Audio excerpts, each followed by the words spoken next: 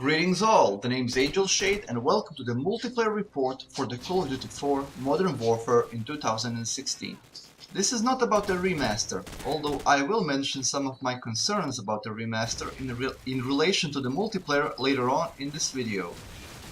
When Call of Duty 4 was released back in 2007, 9 years ago, it was an incredibly well-made game. Not only it introduced a movie-like single-player execution, but it also introduced a progression-based system for the multiplayer, a system widely adopted by virtually all shooter games since. Basically, COD 4 introduced a leveling up account, which as it grows in level has more and more equipment and options unlocked, and they create a class system which allowed players to tweak their own classes to best suit their playstyle.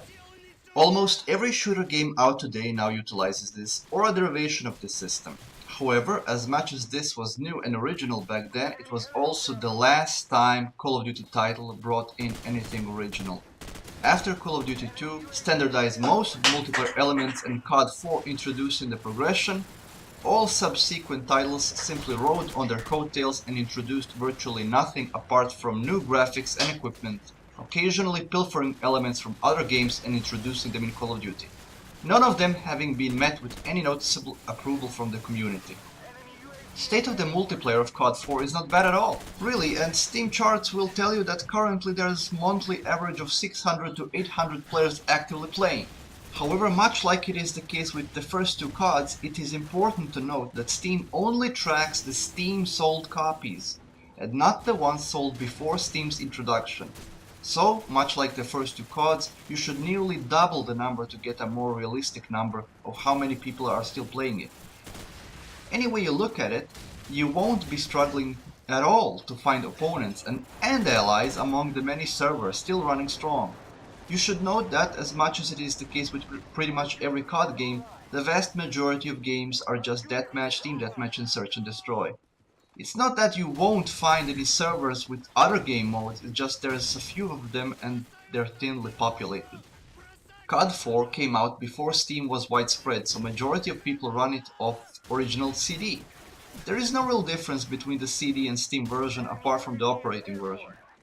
If you bought a physical copy, you will need to do a few things in order to run the game properly. Firstly, you will need to patch the game to its final 1.7 version, which isn't hard, the patches are floating online for the better part of the decade.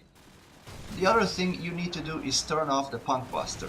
You still need to install it, but as it no longer runs, you need to turn it off in-game so it doesn't cause issues when joining a server.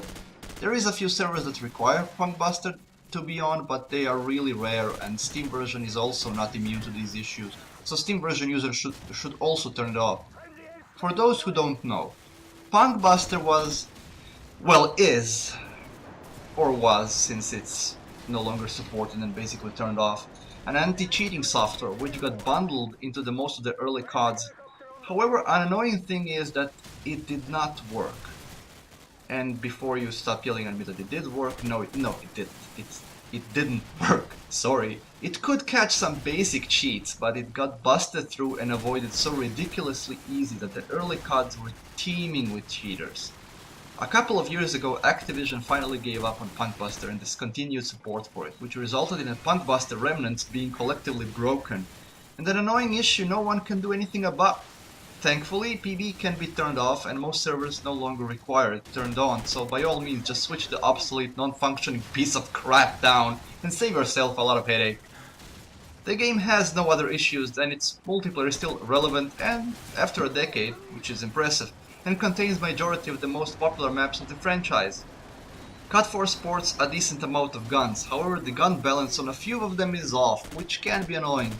More on that in the Arsenal videos for now. I'll just note that COD 4 is the first one to introduce the hardcore game modes, which effectively removes problems with gun balance, since all guns pretty much kill in 1 to 2 shots, as anyone who ever played a Call of Duty hardcore match can attest.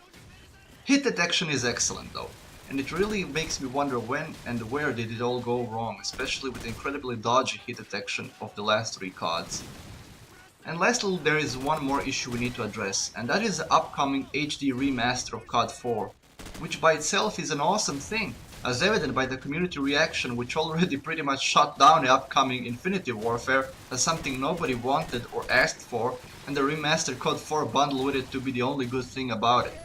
However, what concerned me is the multiplayer, because as you probably noticed from my multiplayer reports, the early CODs all supported a dedicated server model.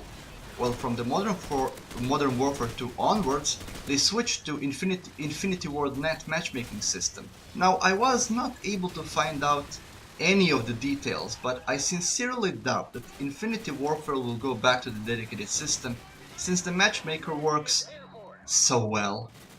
So how will the remaster work? Will it be hooked to another matchmaker? Will it run independently? If so, how? Will the multiplayers of the remaster and classic build be compatible? Honestly, the more I think about it, the more it sounds to me like the remaster will work like a game completely cut off from its classic counterpart, which means the multiplayer communities of the classic and the remaster will be separate, which in translation means that we who own the original classic COD 4 won't be able to play along with the remaster players. Think about it. If this turns out to be true, Activision is simply telling me, we don't care if you already own COD 4. We want you to buy another one, identical to the first one, just prettier, so you own 2 copies of exactly the same game because we're an army of retards and we didn't bother to make this game properly. Now, I could be wrong, but something tells me I'm not, which is going to royally suck wet, hairy, flea-infested donkey balls. What everyone hopes is that the remaster will be compatible in multiplayer with the old one. What seems everyone is going to get is a polished up version of COD 4 with limited multiplayer and no connection to anything apart what it comes packed with.